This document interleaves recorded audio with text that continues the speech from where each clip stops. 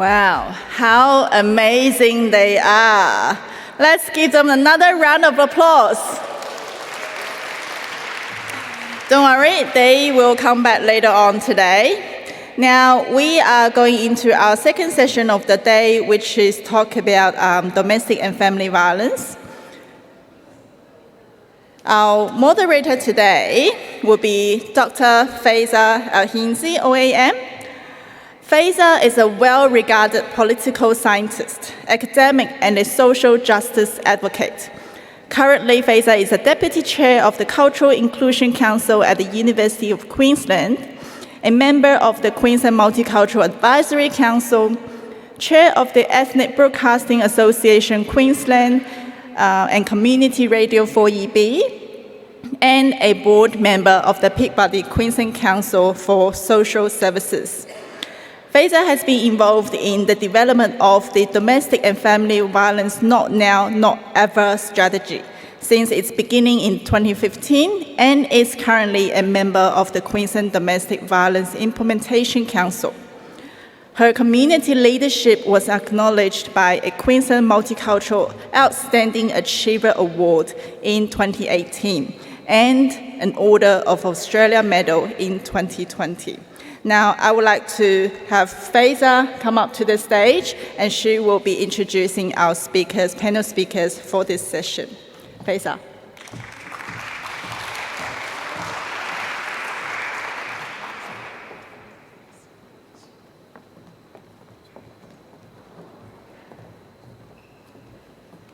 Good morning, everyone. I hope you're having a great morning, and thank you for giving us your time on a Saturday. I know how Saturdays are difficult, and for some of us would still be in bed by this time on a Saturday morning. So, hoo-ha for the early risers and those of you who came here today. I would like to start by acknowledging the custodians of Meanjin country, the Yagara and the Turrbal people, and pay my respects to their elders past, present, and emerging. And I see a lot of familiar faces in the audience, which is really great. I also want to just thank the organizers for bringing such an important topic to the discussion. I think domestic and family violence is now becoming a topic that we can all talk about. It should no longer be a taboo. And the statistics tell us that violence against women is prevalent, and it comes about because of gender inequality. We know that almost 1 in 8 women has been subjected to domestic violence.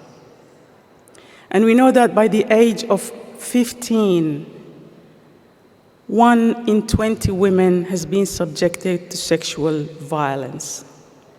And while some men also face violence from their partners, predominantly it's women who are the victims of domestic and family violence. And I've been involved in this process, since Quentin Bryce drafted the first strategy, the Not Now, Not Ever, and I've continued my involvement in this space.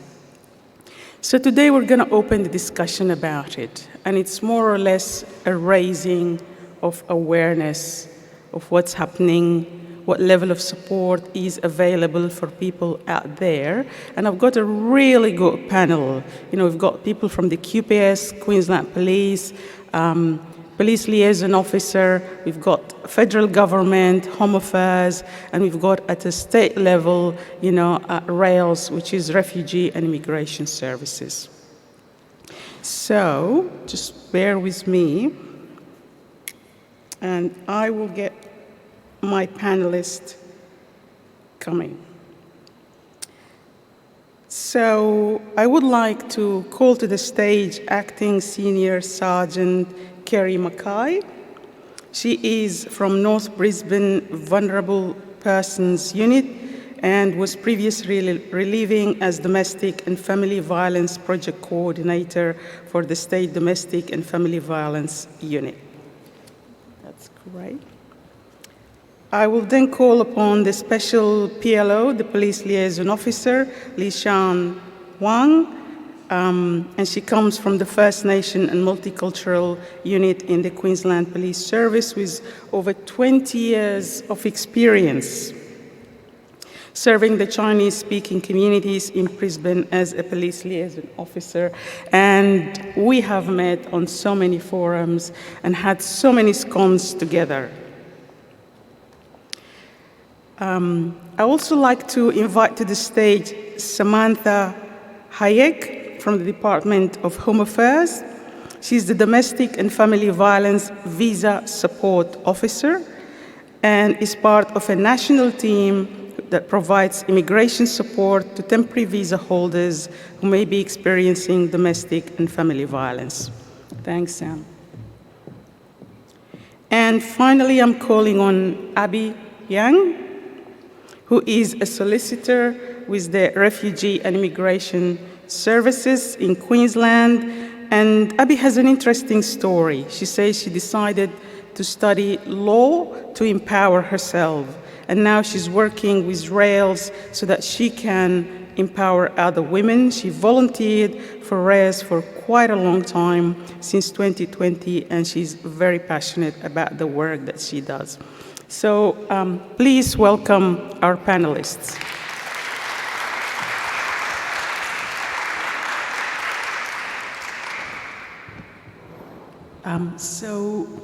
Kerry, I might invite you first to just give us an idea about some of the work that you do, and then we'll move across and we'll ask a few questions. Is it on? Yep. Okay. Hello, everyone. My name's Kerry, and I have been a Queensland Police Officer for 34 years, and the last 20 years I've worked in the domestic and family violence area.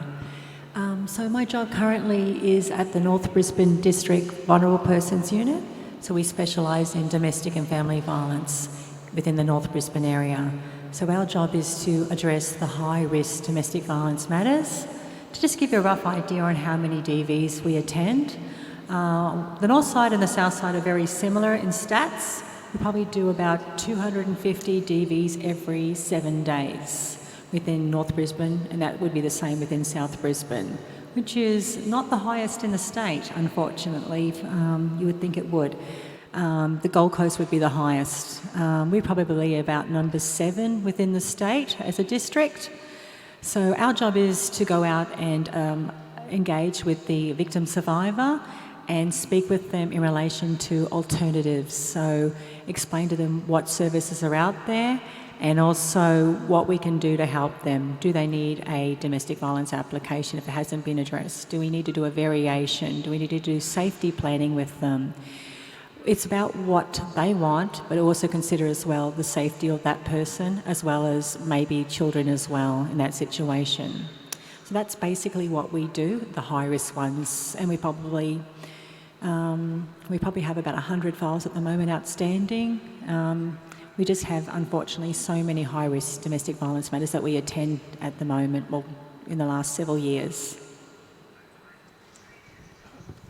So, Kerry, I'm interested in knowing, like, if I'm in a domestic violence situation and I call, the emergency number, is it your unit that responds or is it another unit? So what happens? Good question, yeah. So if you ring up PoliceLink, it's 131 444, that would be the regular number, but in an emergency, a lot of our serious ones would come through the 000. So that would be the response of the operational police within the area. They would attend and they would do business as usual. So they would do a thorough investigation, holistic investigation, where they would actually speak to both parties and work out what needs to be done. Under the Section 100 of the Domestic Violence Act says that police must investigate or cause to investigate, so we must actually take action of some sort. So they would then decide, is a police application required? Would it be a no DV in respect to it might be just neighbours having a dispute, or it might be something like a DV other action where there is a relevant relationship, but due to maybe property being broken, like a phone or something like that, and no one's speaking, and we have no other history, we will put it as a DV other. or it could be a breach of the domestic violence order as well. So there's several different actions that we would take in that situation. The vulnerable persons unit would get involved if it was a serious matter like extreme assaults, strangulation. If you're not aware of it, strangulation is the highest domestic violence indicator of death. So you're 800 times more likely to die from your intimate partner if you've been strangled previously in a relationship. So it's very important that we explain to them how serious it is, and they need to get some medical treatment as well for that. It might be as well culturally as well, within the culture, that we might go to ones like that where they are perhaps not aware of Australia's legislation in relation to domestic violence and how seriously we take it, and maybe just breaking down those barriers and explaining to them in their own terms of what domestic violence is. Because a lot of people think it's that person with the black eye, and that's why the government now don't actually show photos anymore when they advertise domestic violence brochures, because people always associate domestic violence with that physical injury. It's far more than that. It's sexual, it's religious beliefs, it's threats, harassment, intimidation, coercive control. And that's sometimes very hard for a person to see when they're living in that situation every day. That's why when a third party comes in independently and can break it down, and we actually show them in our protective assessment framework of what we're actually looking at and how serious we take the situation, and we do have genuine concerns for their safety. That's great, thank you so much. And you raise an important point, which is about coercive control. It's not just physical violence.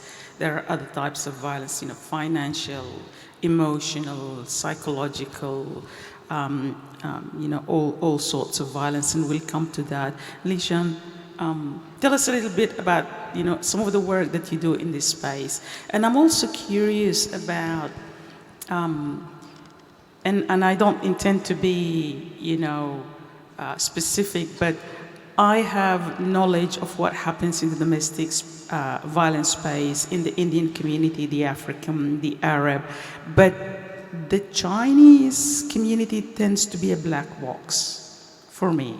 I have no line of sight to what's happening there, so I welcome your educating me in that space. Thank you for your curiosity. First of all, I think we have a lot of similarity between our communities, and I can talk probably more.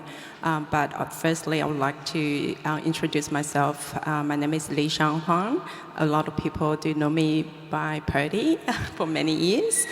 And I'm the very first Taiwanese background, but also Chinese speaking, which is one of three to start with, because just for your background, the police liaison officer actually came from First Nation people in reflecting death in custody to start with about 30 years ago, and only 20 years ago that we start to bring in multicultural. The first multicultural police liaison officer being brought into the scheme is a Vietnamese speaking. And then we started to have two lovely seniors, which coming from Hong Kong background, because it reflects the community, the Chinese speaking community back then. And then, so two Cantonese speaking, and then I joined as a Mandarin speaking. So back then, it was only very few Chinese speaking staff in QPS. And at that time, we find that domestic violence is very hard to push this agenda and educate our members to be more aware of what the law can protect them, especially the female. And then this scheme obviously been expanded. Now we have 4 Chinese-speaking POs just within Brisbane region, and we have one based in Cairns and one on the Gold Coast. Majority are coming from mainland Chinese now, so you can understand why, because the population is mainly predominantly from mainland China and Mandarin speaking. So that is just from the Chinese speaking, but also give a little bit background where I come from, not just only First Nation, the Multicultural Faith Unit that you just introduced me. I have been based at Upper Margaret Station, South Brisbane District for many years, since 2002. And I have been working as a police liaison officer, and my daily operation, obviously, to support sworn officers, and they can be from general duties to homicide. So the severity of the crime or instances that we are involved, it can be quite various. It is there to support the officers to break down the cultural language barrier and also educate our community members what support they can access and what police can do and explain the justice system. So that is our main role. When I first started, as what I was saying earlier, yes, domestic violence, we don't talk about it because most Asian communities, we probably find domestic is a very private issue. It's a closed door affair, and we don't talk about it first, not just only bring the shame into the family, also this is, they can't trust the justice system or the law can actually protect themselves. But when I first started this, the most challenge is that in Australia, the domestic violence is not just only physical.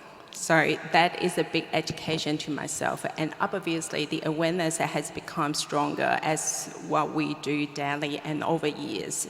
So now, if I give you some stats from my personal experience, when I first started, I probably come across only 4 to 6 a year.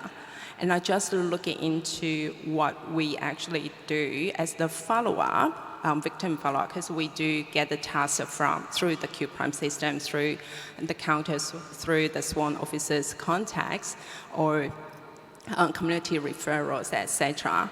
Now, just within 2020, we have come across double of the number of 2018. So almost every week now, we get community referral, or we have these victims that just come into the station, try to report domestic violence, and it's only within South Brisbane District. So the follow-up number has been double since the pandemic, and my daily responses through the task requests has been increased a lot too. So just to follow up on that, you said the daily responses, as part of your job. What does that include? What is your job in terms of domestic violence? Yep. So the reporting process, first of all, will come across the sworn officer would have to access whether this is reportable, which means it's going to be the police application instance of the domestic violence, and then once they take up with the victim, apply for, go through all the process of investigation, apply for the DVO, which I believe the sergeant probably can explain more. Our role is mainly to follow up with the victims. So from time to time, we do get a request coming from VPU as well, but as well as the general duties or some investigators that need the PO to explain what the Domestic Violence Act and what the condition is, how long this domestic violence order will last, and what's the impact, what's the condition, what does it mean? Even it says very clearly, even they use the Google translation or their own translation, they probably still don't comprehend the actual context of the condition. And that is where we kick in to support our victim, our grief, and also explain the process to the respondent too, for both sides. That's great, thank you. So we'll follow up on this. But Sam, I just want to come to you. You work for the federal government, and one of the measures that partners use to control is visa status. So tell us, what are the things that are involved there, and what does your area provide in terms of support for women? Thank you so much for that question, and it's a really big focus of the work of my team is to try and educate our migrant community, and particularly those on temporary visas, about how the visa system and the immigration system can be used as a form of coercive control. I think particularly within the called back communities, they don't necessarily know that they do have rights and they do have access to support services here in Australia. And the visa system and the threat of their visa being cancelled hangs over their head, and it's often used by perpetrators or persons using violence against them to stop them from reporting to police or accessing support with DV services. They might use threats that if you report me, I will cancel your visa. If you report me, I will get you deported. If you report me, I'll get you put in immigration detention and you'll never see your kids again. And so we commonly see women, primarily women, who are remaining in domestic violence relationships out of fear of their visa. And, you know, whether they are already holding a visa to remain in Australia or whether they're going through an application process. This is particularly prevalent for those on partner visas, where they're being sponsored for a partner visa, where the sponsor, who is an Australian citizen or permanent resident, might threaten them that they will withdraw their sponsorship. And so we see victims enduring this violence, trying to wait out the visa application process. We also see other form, the way that it sort of plays out also is where their spouse or their partner controls all of their immigration information. So because they may be English speaking or more proficient in English and understand Australian systems better, they will take control. They'll apply for the visa application, they'll keep hold of their passport, all of the communication from the department is sent to the partner, and this keeps the person under control. The victim is entirely dependent upon their spouse or their sponsor in relation to their immigration matters, and it is another way that power and control is held over the victim. So the work of my team is with the Department of Home Affairs. We are a relatively new section, but we were stood up essentially to provide immigration support and advice for temporary visa holders experiencing DV here in Australia. And that is a reflection of the fact that temporary visa holders, because of their temporary visa status in Australia, face systemic barriers because of the temporary nature of their visa.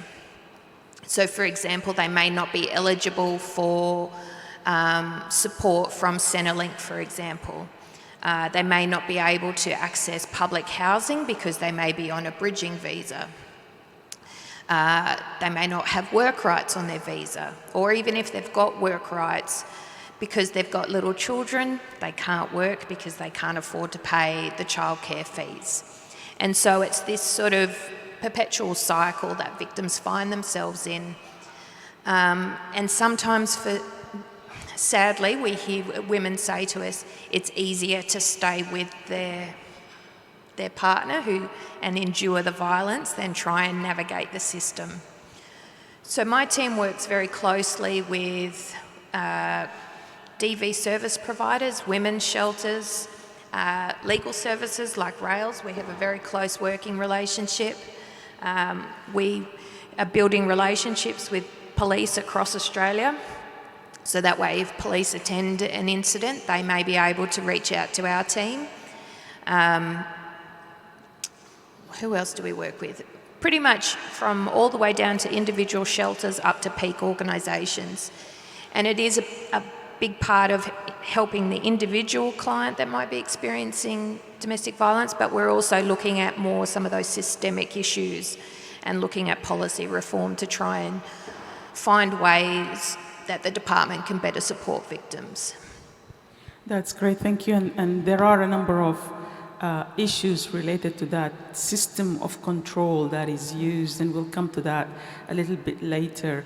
And Abby, I want to come to you because while the other panelists represent government, you represent the NGO sector and the community support for people experiencing domestic and family violence. So tell us a little bit about Rails and how do people access you and what you can do for them. Okay, so I will first introduce about what we do. So first I want to introduce myself. My name is Abby. I'm a lawyer at Refugee and Immigration Legal Service, or RAILS. So I had such limited time to prepare this information, so I may have to refer to my notes. So Refugee and Immigration Legal Service is a free legal community service. So we primarily help people who are refugees, and we also help people who experience family and domestic violence, if on other visa pathways. So if you don't have the financial means to pay for private migration agent or migration lawyers. So I want to introduce a little bit context about family violence. Family violence is different from conflict or argument, because conflict and argument it's unavoidable, inevitable in daily lives, but we can normally use peaceful ways to solve them. However, family violence is different. When someone tries to use violence to control or harm you, that becomes violence. So family violence often occurs in a family, domestic, intimate relationship. It is not an argument that occurs once in a while. So it is a repeated pattern of abusive behavior, often perpetrated by one person against another, often using multiple tactics that which cause a person experiencing the abusive behavior fear for their safety and well-being. So family violence is not just physical or sexual abuse, just like Sergeant Carey just mentioned before. It can include many different types of abuse that are unhealthy and harmful. So family violence can manifest in different ways. So I just want to give you some examples that Rails clients experience when they come to us for advice. So often they are isolated. They are not allowed to talk to their friends or the family without the abuser's permission. And the abuser will check on everything they do. They want to know their passcode for their phone, for their social media and email. They want to control their email account information. And sometimes they will blame everything you do when things goes wrong. And sometimes you have no decision-making choice. So they sometimes will throw away your contraceptive pills when you are not ready to get pregnant. Or in some cases, they will just force you to terminate that pregnancy when you want a child. So sometimes the abuser threaten to withdraw their sponsorship or cancel your visa if you don't do things they wanted. So often victims of family violence, they fearful and controlled in their relationship because of this behavior. So what do we do to help people who experience family violence? So Rails, we provide free legal advice and assistance to people who cannot afford. So we provide normally substantive help for people who apply for a partner visa. And when there's family violence involved in their relationship and it's no longer safe for them to stay. So in some circumstances, those people who apply for a partner visa, they may be able to continue with their permanent partner visa application, even if their partner has withdrawn their sponsorship, or even if their relationship breaks down. However, if you are on a different visa pathway that doesn't have permanent residency pathway, we may still be able to provide help, and I'll give you advice on any other possible visa options. So, So one final note is we all have the right to feel safe in our home. If you feel no one should stay in a home or relationship that is you feel unsafe. So if you have decided to stay in a possible violent relationship, you should get confidential advice from a family violence service about a safety plan. So anyone who experiences family violence should get urgent help. There are many services that can give you confidential advice. That's great, thank you. And I just noticed at the beginning, Jenny walked here, and Jenny is one of the people who runs, a community center and provides some of the services there. We've got Ethnic Communities Council and a range of other services that might be useful for people around here today to just pick up brochures and get to know what the services provided are. So Abby, I'll ask you another question. It's legal, when we're talking about domestic violence, there are legal issues. So for me, the first question is, why is it a legal issue? And if I come to you and say, I'm in a controlling relationship, how can I prove? So what sort of proof do you need from the victims that you can say, well, this is legal and I can take it forward? Okay, it will depend on what visa the person applied. If the person have applied for a partner visa, like Sam just mentioned before, there's a potential family violence provision where the partner visa applicant can rely on. They will need to provide evidence to show that they have experienced family violence. So family violence may potentially impact on their visa because once their violence perpetrated, if they leave the relationship, if they don't have possible other ways, they may have to, sorry. So if the victim of family violence should know that family violence may impact on their visa. So if they are worried, they should get legal advice. So we need to assess what kind of visa they are on before we can, provide advice on what are the options for the applicant, for the victim. That's great. So, Kerry, I come back to you. When the police are called, so I'm calling the police. What do they look for to determine that this is a domestic violence situation? Sure. When I first joined the job in 1988, there was actually no legislation, and it was really challenging going to somebody's house and seeing a woman with a black eye, and she said she opened the freezer door on her face, and that's not really possible. And all we could do is basically arrest the offender for a disorderly behaviour and take him to the watch house, and then they'd be back together.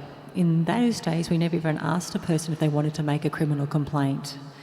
So thank goodness for the legislation where it says that it's on a balance of probabilities that we need to act for an application. So that means to say it probably did happen, but we don't have to prove beyond reasonable doubt. So it would be things like looking at their social media accounts, like, how they interact with each other, speaking to the neighbours, speaking to friends and family. And usually the first call for service, what actually happened? Was it a 000 call? Listening to the 000 call and hearing the fear in somebody's voice, that would be a clear indicator that something's not right. So when we go there, we pull both parties aside and speak to them individually, to police, and we actually find out what's happening in the relationship. As you know, people lie. But usually we find with an aggrieved, being in such heightened state of mind, will tell us exactly what's happening at the time. The problem is when we walk away and they take back their partner, we have indirectly put them at extreme high risk because we've done a DV application which indicates what they've told us. The respondent's going to read that, and that respondent's going to be really angry if they stay together. So we've got to look at explaining to them options. If they want to stay, absolutely, but if they don't, there's other options for them, like refuges, like lots of domestic violence services. And that's not just for the aggrieved, it's also for the respondent.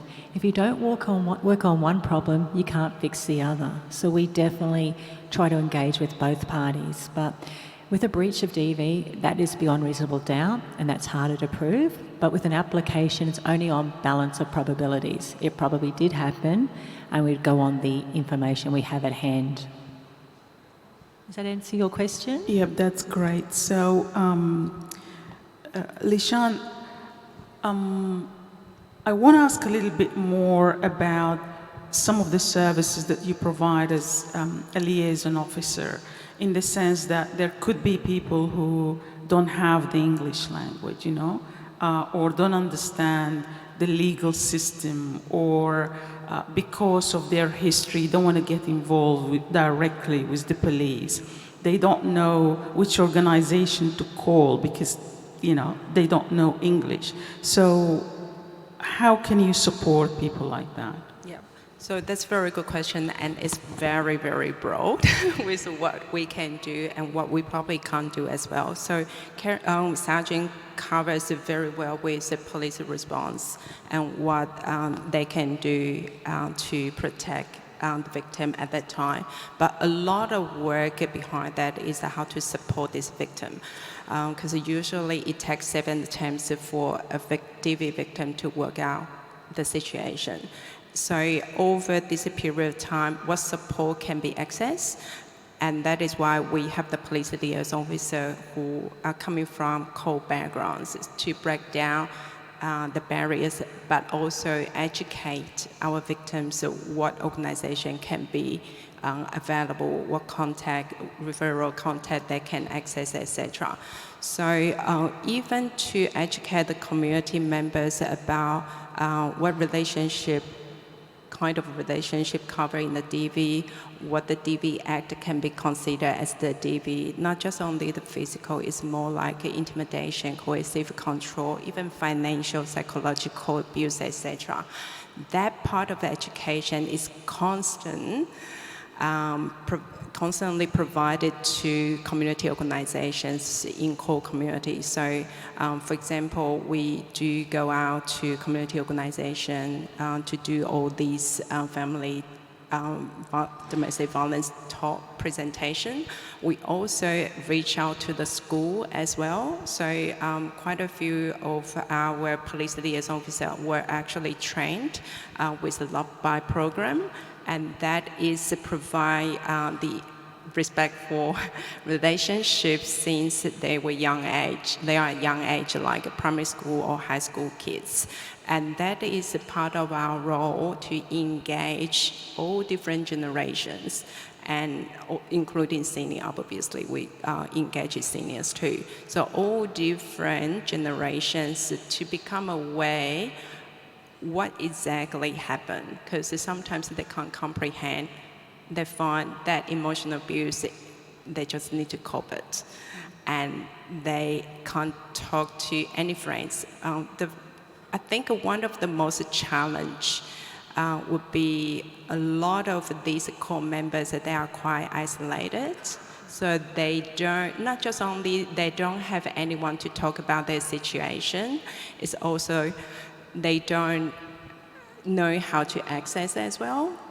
They don't know where to join certain groups. They can mingle, they can talk about their emotion until is quite significant DV incident occurred, then they would have to call the police, or the neighbor have to call the police, or sometimes the friends actually bring them into the station. What we want to do, I think this is what this event for, is empowering our community members, core community members, to be aware and just look out for those people who might in the situation. I think that talking, safe to talk space is very important, and also that listening skills that we have in every single one to provide to the potential victim is also important, because we may not come across any information and you will be the first one. And how are you empowering them to report it, or to get access, even just access the right information that is important too.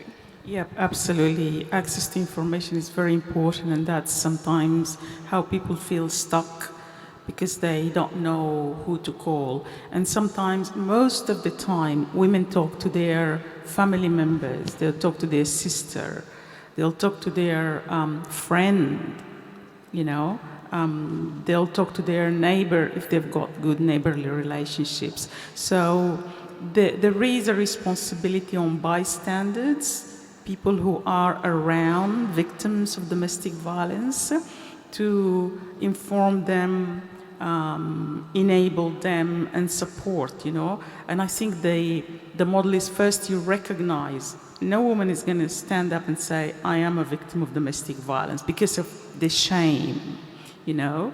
Even though the person is a victim, they feel that they are, the shame is on them while they've done nothing wrong. The shame is on the perpetrator. But because of that shame, when a woman discloses abuse, then the first response is not to question her, but to recognize that this has happened. And if we know, you know, who can support, then to refer that person and to continue to provide them with support, because the statistics tell us that women don't leave the house the first time they disclose domestic violence. It takes around 11 incidents or 11 times for a woman to make a decision, you know, to take a permanent step to address the violence in her life. So that's a very long time. Yeah. Can I just add one more thing about the empowerment? It's very important also. I think most of the core communities, we turn the blind eyes on certain violence, and these perpetrators need to be empowered. Not empower them doing the wrong thing, but empower them to access help. So they may have anxiety, depression, or anger management, but then how to empower them to work out that communication error or mistakes, we need to encourage them to get help as well. Fantastic, and you raise an important point. So Sam, I'm coming to you again about, so most of the time, or let me say, you're not the first responder. Like, I don't pick up the phone and call you, because that's not what you do. You're not the first responder. You are approached by Abby, for example, who says, I've got someone here who is on a student visa, or someone who's in a temporary visa, something like that, who's in an abusive relationship, and we think she's got a case. How can you help us? And so let's talk about options, but let's also talk about, for the person who's perpetrating that violence, if they themselves are on a temporary visa, what happens? Okay, so there's a few key messages that I think are really important that I get across today, and be takeaway messages from today, and empowerment is a really big one. My role, well, I guess I consider our team as being a bit of a soft touch into the department. We can have a look at what is the client's visa situation. I can't give migration advice, and I can't give recommendations for visa pathways to remain in Australia. But if I feel that because of a client's situation and the circumstances that they're in, particularly those really vulnerable clients, the whole point is that we've built really strong working relationships with legal services, so that way we can do a warm referral. Occasionally often I would have to say, we go and advocate on behalf of that client with other areas in the department. So for example, we can see that they might have an application that's going through. If they're in a really vulnerable situation, they might be in crisis accommodation, we can go and advocate on their behalf with the processing area and request consideration for priority processing, because that visa grant might allow them to have appropriate access to support services, and it means that they get out of crisis accommodation and they can start to live and rebuild their life. In terms of visa cancellation, and it's probably some of the key messages that we really need to dispel, is that a perpetrator or a person using violence cannot cancel a person's visa. They use it as a threat, but they cannot cancel your visa. They try to use the immigration system where they might make false allegations to the department and say this person is working illegally or we've divorced, I want them off my visa. So they will use some of those mechanisms to try and make life difficult for a victim. But they can't physically ring up the department and say, I want their visa cancelled. Only the minister or a delegate of the minister can cancel a person's visa. And it doesn't happen overnight. There is due process where you are afforded procedural fairness and you get an opportunity to put forward your side of the story, okay? They can't just get you deported. They can't just put you in immigration detention. In Australia, the department operates under administrative law, so there is always a process that is followed. And that's where, if you are in that situation, you could reach out to Rails or another legal service or a DV service and say, this is what's happening with me. They can contact our team, and that's where we can then start to advocate with other areas in the department. I appreciate that fear is not going to go away anytime soon. There's a lot of mistrust of the department, and we accept that, and so it's so important that we build credibility with our DV support services and build that trust so victims feel like they can come and talk to us and tell us what's happening.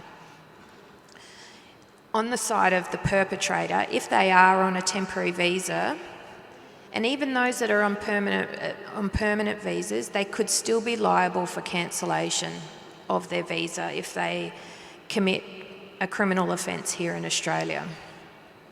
And so that creates another element, particularly for called families, where the husband, for example, might be the primary visa holder. The mum might not want to report it because if he gets in trouble, their visa could be liable for cancellation. And so there's this catch-22. And so I guess I would say, regardless of your visa situation, if you're not ready to report to the department, we want to encourage any victim to at least reach out to a DV support service or a legal service and at least get some support and advice. There will come a point where then we can come into it, but we don't want people not seeking support out of fear of their visa status. So if that is a one takeaway message, that would be it. That's great. And Abby, I mean, you started by saying you work with people who are refugee background and who are on temporary visas and so on. But what if it's someone like me who's not a refugee and who is a permanent resident, who's a citizen? Where can they get legal support? Okay, if they are permanent resident or citizen, they probably don't need migration law advice unless there's a cancellation risk. Simansa just mentioned, if they have a crime that viable for sentence for 12 months or over, and there's a mandatory cancellation. So we have a cancellation team. My colleague Neha, she's provide advice on visa cancellation. But if it is on character ground, so the first step is contact Rails. One of our team will give advice and see. Sometime we may be able to offer full representation. Will depend on the matter. And I also want to add just now, Simasa mentioned that what if a couple is a perpetrator also on a temporary visa? So sometimes both couple come to Rails for help. We have one of these scenarios. So the victim of family violence came to Rails first, we offer full representation. And then she become Rail's client, in this case, a woman. And then the previous partner, who is an abuser, a perpetrator of the violence, came to Rails as well for advice on his visa status. In this case, because we already represent the woman, there is a potential conflict interest. We won't be able to give advice to the perpetrator in this case. And so, where does the perpetrator go? Everyone we, is entitled. We can make a referral to other services that may be able to help. Okay. Yeah. Okay, thanks for that. I just also noticed Sarah Pan from Mercy Community Service, and I also want to acknowledge that Mercy provides some form of domestic violence support, and through the Romero Center, just preliminary domestic violence support for multicultural communities of refugee background as well. So this is a really big topic, and in just this hour, we're trying to cover as much as possible. So I'm going to ask you a question, and then, give all of you the opportunity to respond to it. And then after that, key messages, what is the one thing that you want people today to know about? But my question is, in the work that you do, what keeps you awake at night? I'll go first. At the moment, the department is confined with the legislative framework that we're operating in, and so there are limitations to the framework that at the moment, and unfortunately there are women that sometimes don't have visa pathways, and they're in long-term crisis accommodation relying on NGO support, and it's those cases that keep me awake at night. On the flip side of that, it is something that really motivates me and motivates my team, because we are looking at ways at policy reform and potential legislative reform, so that way we can better support victims that are on temporary visas here in Australia. It's a long process, and it is not going to. We don't have solutions overnight, but I hope that in the future there will be further options. But that's probably the thing that really troubles me at night time. That's structural boundaries that limit people's options. Okay, I want to comment on this. There are many things that keep me awake during the night, especially when I work on a very challenging case. Often there are a lot of terrible violence involved. We have clients come to Rails disclosing their visa was refused, their matters waiting at the merit review with a tribunal, AAT. So there are some information they were so traumatized and they feel ashamed to disclose some of the information that happened to them. Sometimes they were sexually abused when they were a child and they didn't think it's relevant and they didn't want to disclose those information. Or they were raped by their ex-husband and they never disclosed it because of shame. So, and the department refused their visa and they're waiting for a hearing and then just disclose the information right before the hearing. And then we have to scramble and, we have to face those, when we draft the statutory declaration, there's the detail of the bill is just horrendous that sometimes I have to write books after, before I go to bed to detach myself from those. Yeah, look, you're absolutely right. And there are studies now telling us that trauma sometimes makes people block, certain pieces of information, and that's why they don't disclose that. And our legal system here relies on proof, on evidence, on disclosure. And this is a bit of a challenge for people who are going through that level of trauma. And to know that every detail counts. So there is a need for a lot of awareness in the community about what counts, what doesn't, keep a journal, all these sort of things. But then you can't keep a journal of what your husband's doing to you or of what your partner is doing to you.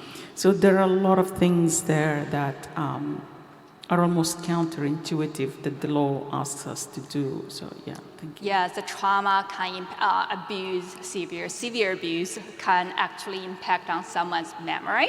So sometimes people come to Rails, they cannot tell us what happened, the sequence of event, because they don't remember. They remember how they get the scars from their body, but sometimes they forget to remember exactly when they happened. So that can be a challenging when we draft their statement. I just wanted to mention before with the police protection notice, sorry, I really wanted to clarify this, that police can actually put in the notice numerous conditions what the aggrieved wants. The standard is mandatory, must be good behaviour, not commit domestic violence. But if the aggrieved wants extra conditions like no contact, and people don't even realise we can oust you out of your house. It doesn't make a difference who pays the mortgage, who pays the rent. If that's the victim's home, we can oust the respondent out if you want to have no contact with them. So that's an option that they can have. So going back to what keeps me up at night, I suppose I sometimes reflect on how I dealt with a victim survivor, a client. Could I have said something different? What was my language like at the time? Did I break it down enough for them? Did I explain it to the best I could? And that's what I really think about regularly. And also I think about as well, other than what could I have done better, is how can I advocate for that person better? What services best fits them? What new services out there? I suppose it's hardest when they leave with absolutely nothing and trying to find them some accommodation. Like DV Connect does their very best, but people don't realise that when there's a sporting event in Brisbane, which is great for Brisbane, there is no accommodation for these women and children to go to. We actually have to say, I'm sorry, we can't help you. And that happens a couple of times a year due to sporting events and special things like that. And that breaks my heart. I want to take them home with me, but that's perhaps not, the best option, but we definitely go out of our way. Like we have a lady at our office who babysits dogs. So if they go into refuge and they're worried about their dog, she'll take the dog for the weekend. One of us will anyway. So I suppose it's about what can we do better? What do we learn from that client and how can we do things better? I really support what Sergeant was saying. As well as, I'm not sure how many people here yesterday and listened to what Auntie Peggy was saying at the opening. She was saying reconciliation. She was hoping more First Nation people actually in this City Hall for this session. Because when we talk about reconciliation, it's not one-way conversation, it's a two-way. And that is very important to show how we can work around involving both parties, the perpetrators and aggrieved in this domestic family violence situation.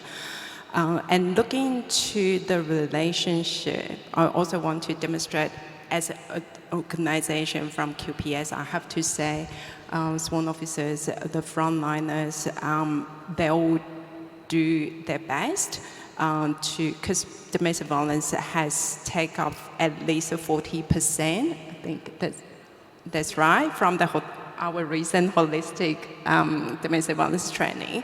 It says 40% of our daily operation.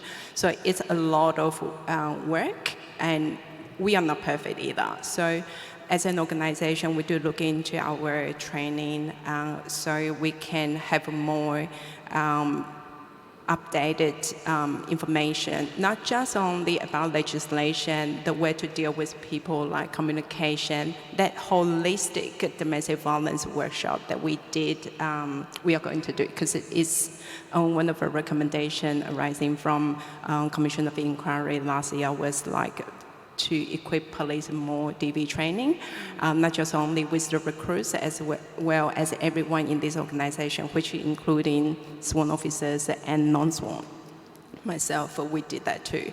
So we all understand domestic violence is such a complicated issue, and with this session will not just end here, but I want to demonstrate like we really want to build that relationship. As what you can probably see in my shirts, that relationship start, Indigenous arts, that relationship is based on trust and respect. And we all recognize our stars in the past, but also we need to work on now to look for the future. So it doesn't matter whether that relationship is within the family, between your friendship, or between you and the community. And we are hoping, based on that trust and respect, that we can build a new relationship. That's great. Thank you so much. So probably give you like a minute, all of you, for key messages, and then we've got around 5 minutes for questions, any burning questions for our panel. But before I jump into that, you know, one of the things that needs to be recognized when we're talking about violence against women generally and domestic violence in particular is that violence against women is a man's issue because it's predominantly perpetrated by men against women,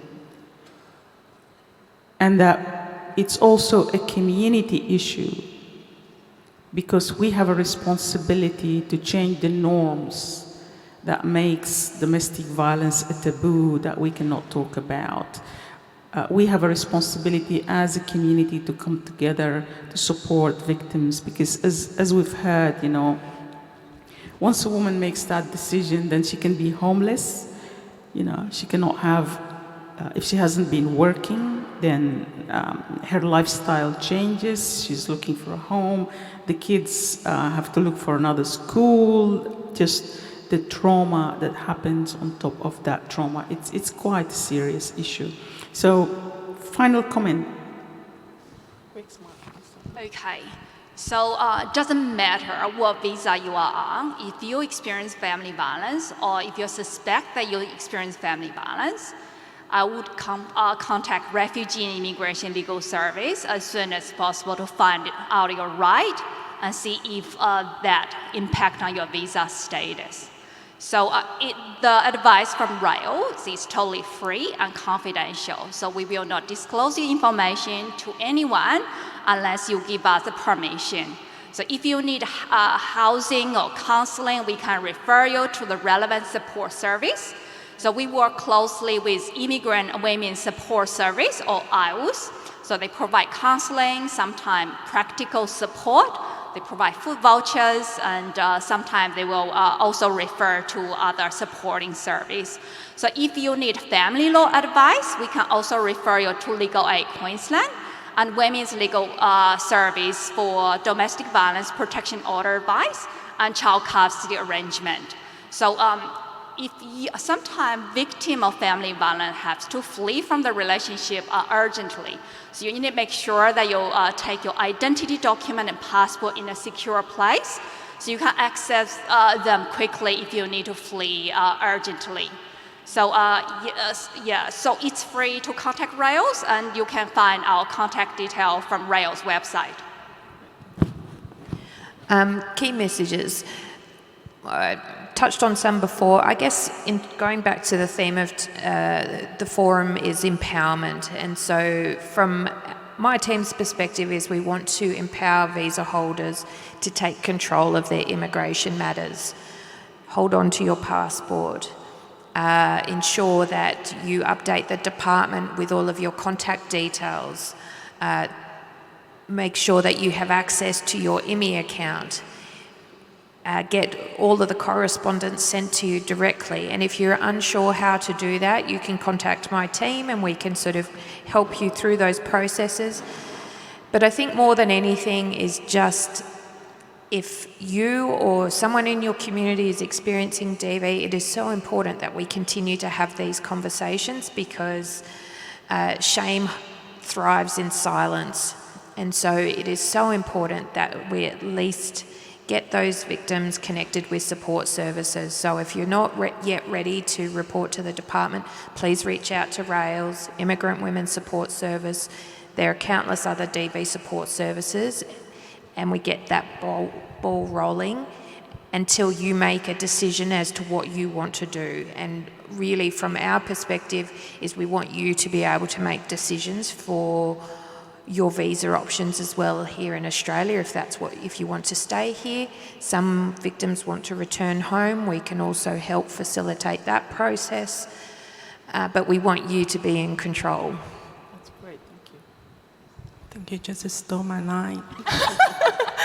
So I think there was one of the questions that was on the list, what the community should play, what role community should play, and obviously to the perpetrator as well.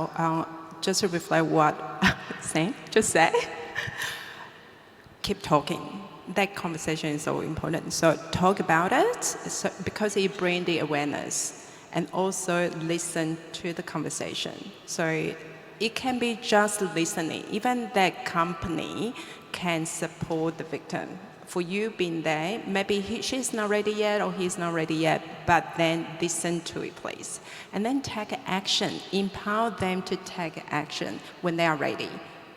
And respect that space, that action that this victim would like to take. So talk about it, listen to it, empower them to take action. Thank you.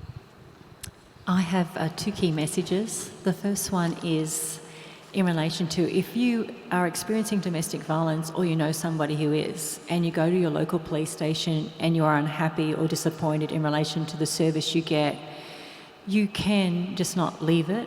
You can phone up. The police link number is 131 444, and you can ask to speak to a domestic violence specialist person within your area and just get a second opinion. We're not trying to cross over any boundaries. We just want to make sure we get the message right, the information right the first time. We don't want to deal with the homicide later on. So we're not promising anything, but if you were disappointed, there is another avenue. We're more than happy to have conversations with you. Maybe it's not in the domestic violence realm, maybe it's in the family court realm or something like that. We can point you to the right direction. We just want to make sure that you understand there's lots of different services out there we can connect you with as well. Because as we all know, this isn't a policing problem, this isn't a state government problem, this isn't a federal problem, this is a community problem, and that's what we've all got to be ahead of, we've got to be well and truly aware of. So a few years ago, the messaging from the state government was not in my home, not in my school, not in my community, not in my sporting field. So I'd like to give you a small example of a homicide. So a few years ago on the north side of Brisbane, there was a lady, and she worked in a local car dealership. She came to work on a regular basis with bruising on her faces, on her arms, etc. She was the face of this car dealership.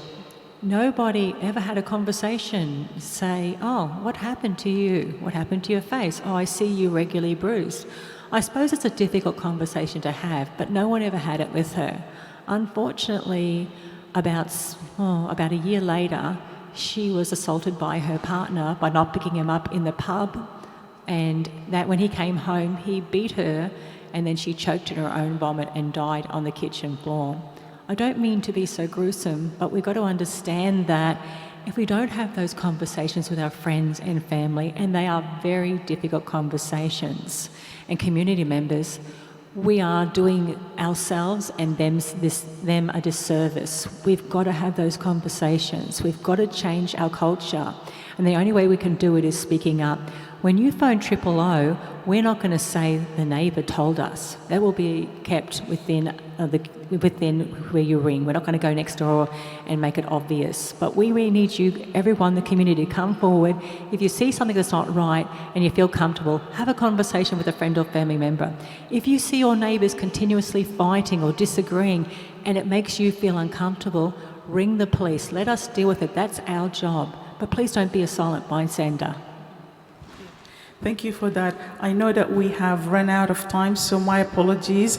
Our panelists are going to be hanging around for a little bit, so if you've got any questions, please approach them. And also to note that domestic and family violence happens across all classes. It's not only poor people or middle class, it happens across all classes, all nationalities, and all age groups, among young people, you know, in partnered relationships, among married people, and even among old people. Domestic violence happens across all age groups. So thank you for giving us your time, and please thank the panelists, Sergeant Kerry Mackay, Special Police Liaison Officer Jean, and Sam, Samantha Hayek, and Abby. Thank you so much for the information you've shared with us today. Thank you.